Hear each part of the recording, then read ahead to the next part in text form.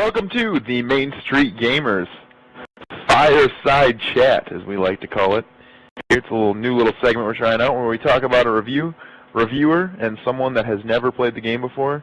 You're going to try and talk me into buying it, tell me what you like, tell me what you didn't like. I'm going to ask some questions. We're going to see how it goes.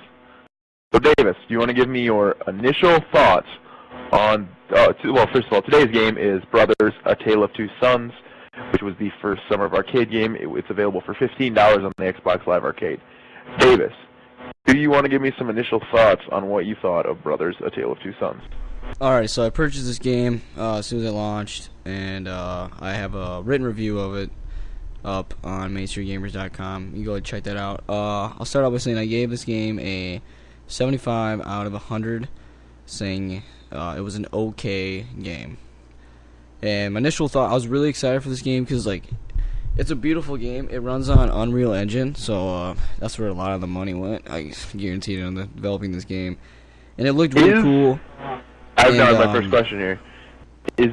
How many games on the Xbox Live Arcade run on Unreal Engine? Because there can't be that many, can there? Probably none? I don't know. We'll have to look that up, but keep going, sorry. Like arcade titles, probably not. So this game is a twin stick co-op by yourself. No co-op. No, listen. Co-op by yourself adventure with a little bit of a puzzle game. That's how I would describe this game. Okay. So basically, you play as two brothers at the same time. The left stick controls the left brother, which is the bigger brother, and the right stick controls the little brother, who's on the right. And there's only a total of 6 buttons that you play with. The right stick, left stick. Right trigger interacts the right brother with the world.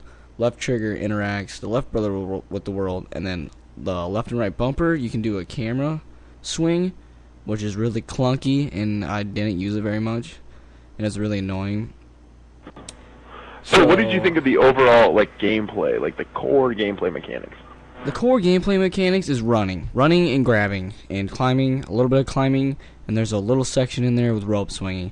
That's it. That's all you do through the entire game. And there's a couple puzzles that a monkey could solve with, like, putting a block through the hole. Like, that's all the difficulty it was. I was really disappointed with it. So you weren't very happy with the gameplay. You weren't happy with the controls. What did you like about the game? Alright. First off, can you just sit down? Can you ever just sit down? No. We're having a fireside chat, and you're bouncing off the walls. So, the things, like I said, the world is beautiful. I felt like they'd spent way too much time on making the world beautiful because there's not a lot of interaction with the world besides climbing, like, up a mountain and, like, climbing up, like, different stuff every once in a while you climb. But other than that, there's really, it's just basically running through the game. So did the story save the game at all? There's absolutely no story. Let me start by saying there's no dialogue. It's a made up gibberish language. So the only thing you can go on is, like, interaction with the couple NPCs here and there, and, like, the brother, like, pointing and saying "Ajibijibit," and I'm like, I don't know what that means, dude. I'm stuck here. But luckily the puzzles aren't that difficult. And there's a part in the game where I almost rage quit on it. I had to get a key from this goblin. Alright, before we go any further, a little bit of spoiler here if you haven't played the game. You had to get a key from a goblin, and you had to, like, sneak up behind him, and I would sneak up behind him, and then he would and I'd hold right trigger to interact and steal his key, obviously. And he would just run into the gate. He wouldn't pick up the key. And I was freaking out, and I was looking everywhere trying to find, like, how to beat this, and I was like, I was getting extremely upset, and I was like, I don't know what to do. And then I realized, oh, the game must be glitching. So I had to restart the chapter 3 or 4 times, and then a cutscene finally hit, and then I was finally able to get the key. But then I just grabbed the key and unlocked it, and then there was a little puzzle where you had to, like, trap the thing, but it was really easy. Oh, it sounds like if I was to sort of go on your recommendation, you probably wouldn't recommend this game to anybody. Here's what I would recommend. Either you come over to my place and we sit down for 3 hours and we play it, and we hand it off maybe every once in a while if we really have nothing else to do. I do not recommend buying this game to fully like spend a lot of time and enjoy it. It's kind of like a, hey, if you got $15 laying around, it's a beautiful world if you want to run through it and pick up an easy 400 gamer score. The achievements are extremely easy, and that was honestly the best part about the game, was being able to pick up those achievements. And like, they weren't really spectacular. There was one achievement which I did the guide on, which was the black sheep one, which is kind of like, oh, okay, I see what you guys did there. And if you aren't careful, you would miss it. And technically, every single one of the 12 achievements is a missable achievement. There are no storyline achievements, story-based achievements. You have to go out and like find these things, but they're really just kind of like a, hey, take a right here instead of keep going straight.